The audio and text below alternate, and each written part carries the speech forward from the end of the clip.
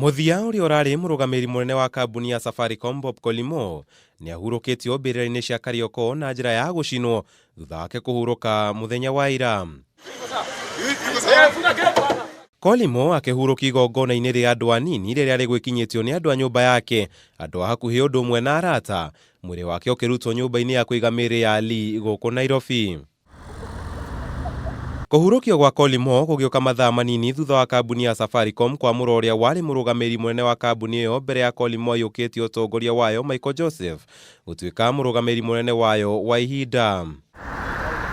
Ndumiriri-ini yayo, kambuni ino yamurite Joseph uria no muikariri giti wa bodi ya kambuni ya ndege ya Kenya Airways kuyukia giturwa kiu nginya riria bodi ino egwetha mundu ungiyukia giturwa kiu, ikinya riria rironeka ri kuhingia kiraniro kiayo kia muthenya wa ira.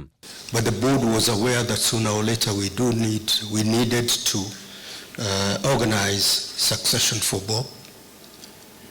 In any case, his contract was due to end next month. We will be giving the way forward, hopefully later today or in the next 24 hours. Bob has taken this company from where it was when he arrived here in 2010 and took over from me.